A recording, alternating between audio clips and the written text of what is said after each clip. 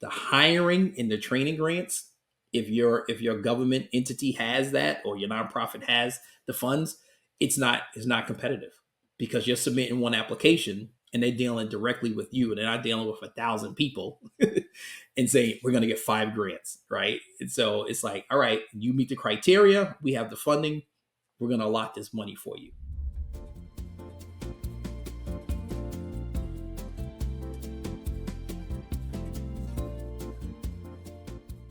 What I was going to ask, and what I'm sure people listening want to know, is what are the different types of grants that are available? So you talked about training, hiring. Like, what are some of the different ones that are kind of just out there from a category standpoint? Sure. So I get a lot of calls about people looking for working capital grants. So like they're looking for, and I call it unrestricted money.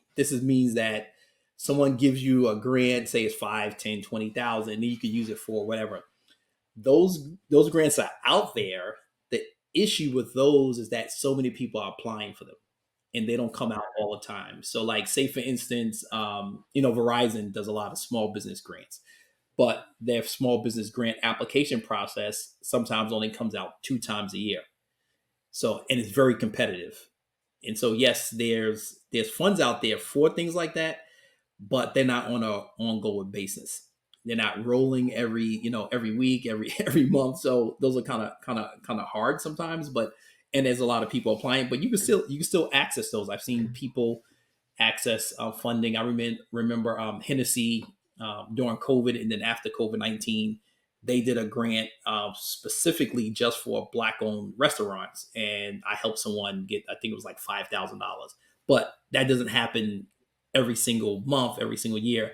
The hiring and the training grants, if your government entity has that or your nonprofit has the funds, it's not competitive because you're submitting one application and they're dealing directly with you and they're not dealing with 1,000 people and saying we're going to get 5 grants, right? And so it's like, all right, you meet the criteria, we have the funding, we're going to allot this money for you. Yet hiring, training, the workforce development, those are the ones that I've been trying to tell people they're very successful getting approval quicker than you just going and submitting the application to a large grant pool where there's thousands of people and they're going to give out maybe 1 to 5.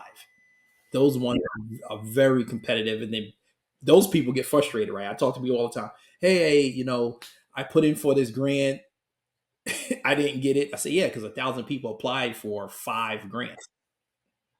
Do you do the math, right? What percentage of those people are going to get the grant? You know.